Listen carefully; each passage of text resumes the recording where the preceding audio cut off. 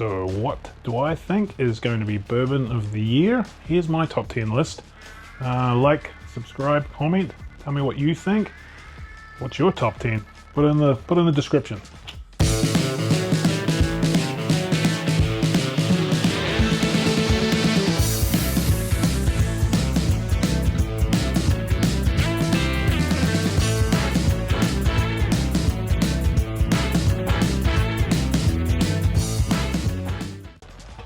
So Whiskey of the Year contenders in September.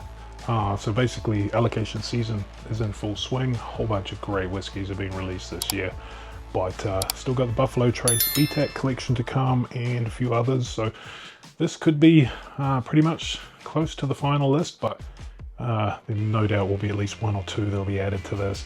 This list is really good. I think it's been a pretty good year for bourbon. Probably my first year really in the bourbon scene. So yeah, had a good but expensive year. So here's the list. First of all, about 3 honorable mentions, just because for different reasons. One of them I had to kick out just because I had 11, so I needed 10, so he got booted, but there is a reason behind it. The first honorable mention is Ben Holiday Bourbon Law.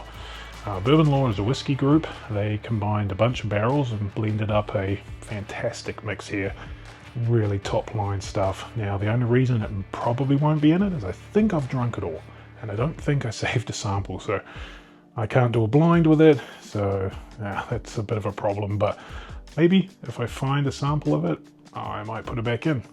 Next honorable mention, the guys from Pursuit United and their 2 double oak bourbons. Both of these are great, super sweet oak, just a fantastic pour. Just didn't make the list because of the quality of other stuff that's on here, really. And the final honorable mention is New Rift Headliner. So this is a new thing out from New Rift. Basically they've got a mixture of some of their oldest bourbons that they've made, up to a 10-year-old bourbon, mixed it with like 9-year-old ryes and single malts to sort of create their mash bill, but piece by piece.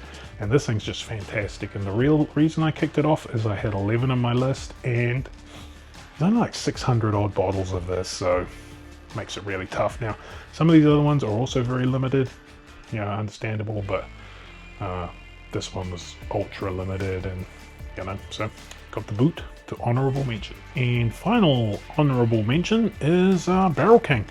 I think I've expressed my love for Barrel King. Yeah, get them once a month. Probably the only reason is they're all so good.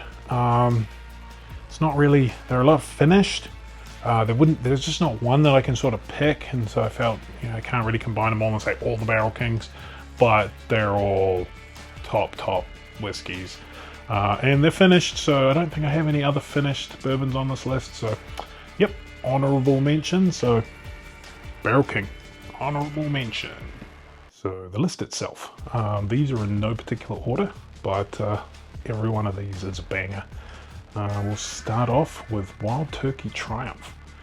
This is their Master's Keep for this year.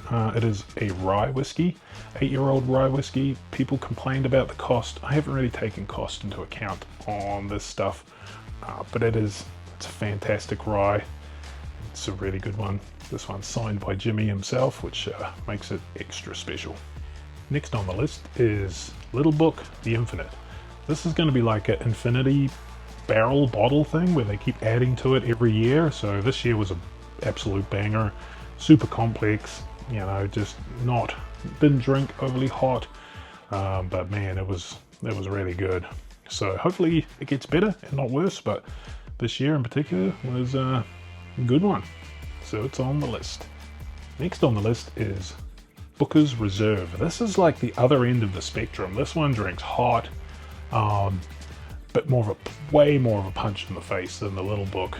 But man, its mouthfeel, it's just so oily. It's almost fun to drink for that reason alone. But yeah, it's a good one. I'm not really a Booker's fan, and this has a lot of Booker's flavors. So if you really hate Booker's, this might not be up your alley. But man, it's almost worth it just for that mouthfeel experience. That's what she said. Next on the list, Makers Mark Cellar Aged 2024. So I do believe this is very similar to 2023, but they're all great. They're a wheated bourbon. They're not overly, they're just easy drinking. They're delicious, easy drinking, whiskey. So that definitely has to be on the list because it's up there. Okay, so next on the list is one of the top contenders right now. It's going to be a combination between this one and another one, but Coy Hill, Jack Daniel's Coy Hill 2024. These are not hazmat. That's caused a bit of uproar in the community, but man, this thing drinks different. This is so off profile for Jack Daniel's. I've never had anything like it, and that's great. So yeah, Coy Hill. Makers 10-year single barrel bourbon for 2024. Don't know the batch numbers. The only ones I've tried have been fantastic. 2023 was amazing, and 2024 they've kept it going. So this is great. I do have the rye, but I haven't got the 2024 rye, so that's not in the list. But normally to me their bourbons hit a bit better than their ryes on almost all occasions. Okay, this is a big one. Augusta Buckner's 17-year. This thing, man, it's dark and delicious, and it was very expensive. Limited supply, just maybe 3 or 4 barrels of it. So there's different barrels, different proofs. They're a single barrel, but man, it's worth it if you can get a pour of it. Mine a bottle it's not cheap, so but it's definitely worthy of Whiskey of the Year. So Old Forester, President's Choice. They've been banging these things out, man. Like at the start of the year, I think they were on barrel 30. Now they're on maybe 70 something, if not 80. So they've made a lot of barrels. Everyone I've tried has been great to fantastic. This one is particularly fantastic. It's 12-year, which is one of the oldest I have seen. It's barrel number 48. So yeah, this is a spectacular one. I think Old Forester, it's the best thing Old Forester makes. There's King of Kentucky, but that would be instant number one if I was able to get one of those, but I've never had one, and don't know if I will. Well, I will, but just not this year. So Old Fitz 13, very, very special. This thing, like the name says, is very, very special. It's fantastic. They distilled this just when they moved to the Bernheim after they had their fire in the mid-90s. They distilled this, they made it, they barreled it for 13 years, they tried it, and they said, damn, this is fantastic, we gotta save this for a special occasion. So they toted it up into plastic or stainless steel totes and let it sit for another 13 years and released it on this year on their 25th anniversary. It drinks dusty. I'm not an Old Fitz fan, but I normally find them a little bit one note pony things, but man, this has got that dusty note to it, and it's fantastic. Heaven Hill Heritage 18. Now, is it as good as the 17? No, but it's pretty close in my book. The secondary values are only about half of what the 17 is, so it's definitely not half as good as the 17.